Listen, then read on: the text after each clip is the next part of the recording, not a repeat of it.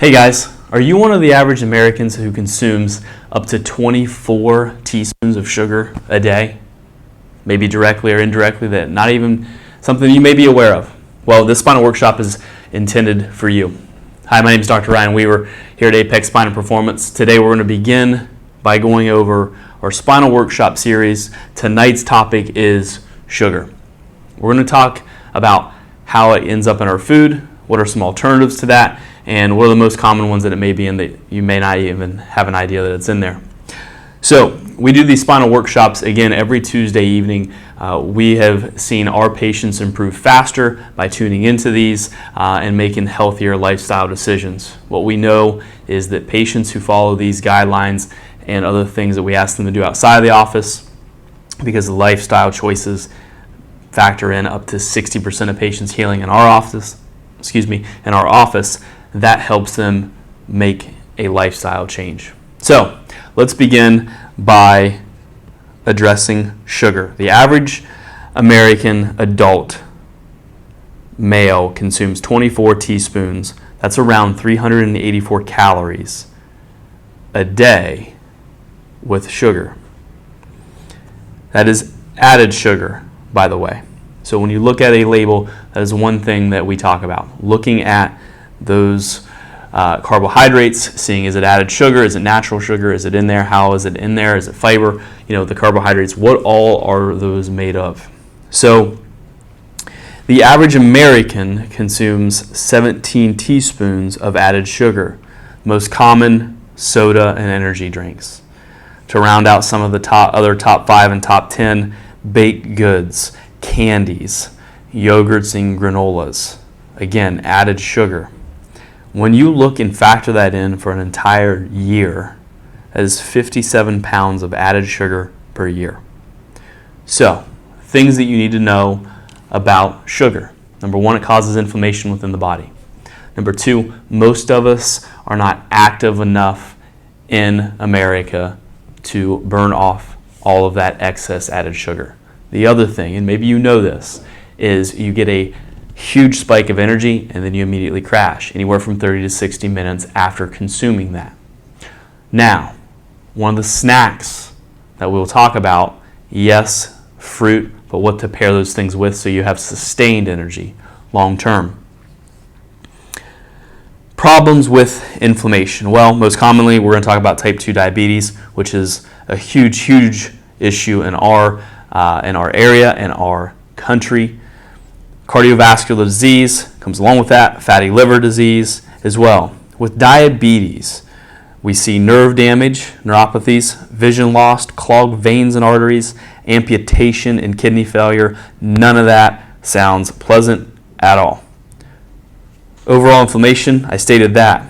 How about the way that sugar affects our brain? Again, dealing with the central nervous system, which is what we're dealing with here in our spine. Sugar stimulates dopamine. What that is going to be is your feel-good hormone in your body.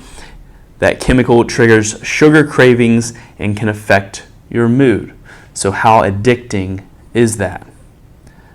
Other issues to the heart, to the liver, cirrhosis, joints, inflammation, arthritis, that's just going to compound and make all of those things worse.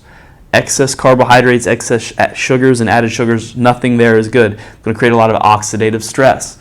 So again, when you look at, well, why should we be taking antioxidants? Oxidative stress plays a role in that.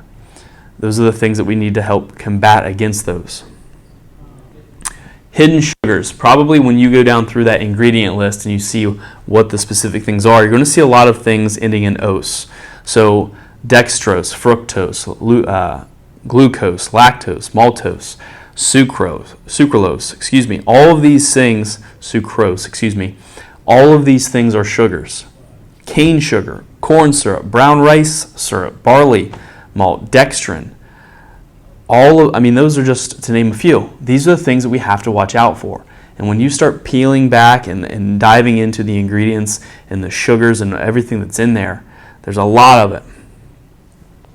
A 2014 JAMA internal medicine study found the association of high sugar diet and dying from heart disease. this was over a 15-year study, people who got 17 to 21% of their calories from added sugar had a 38% increase and a higher risk of dying from cardiovascular disease compared to those who only consumed 8% of the added sugar. So, what you need to know. Number one, try to avoid added sugar at all costs. Again, I'm not telling you to be perfect. I love cheesecake. Occasionally that'll happen. But when we look at that long term, we need to avoid just added sugar. So I get the question, what about fruits? Those have sugars in it? Yes, they do. So with those, be careful of when you eat them. You heard me reference a snack earlier. If you're going to have, something you need sugary, some fruit, and then pair that with a protein or a fat. An orange or an apple and almonds. That will help sustain the energy so it's not such a spike and then you crash. Fatigue happens, the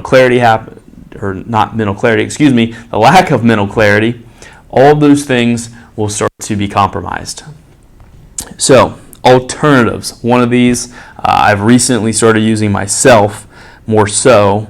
And the second one we've always preached, especially for allergies here. So the number one, monk fruit. That is one I've personally tried. I like that. You can find it. There is a energy drink on the market that you even see that they use that instead. Again, I'm not telling you to be perfect, but try to watch, the less evils, the better.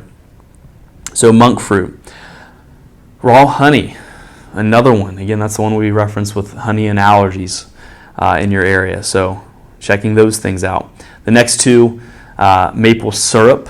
Okay, again, if you're going to have something that you want sweet or something like that, I would always prefer something that is a natural substance, something like that. And last on the list there is stevia. Again, even stevia, you hear some goods and bads about that, but you try to pick a healthier alternative.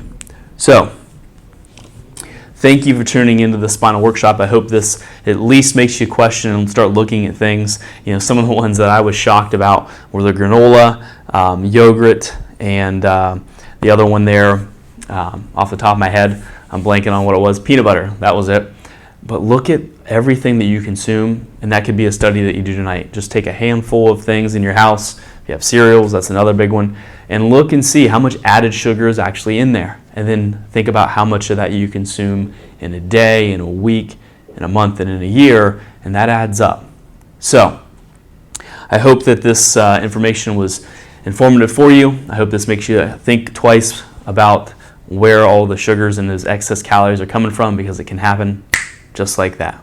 So, thank you guys for tuning in for tonight's workshop. We'll look forward to seeing you next week at our next Spinal Workshop. Take care.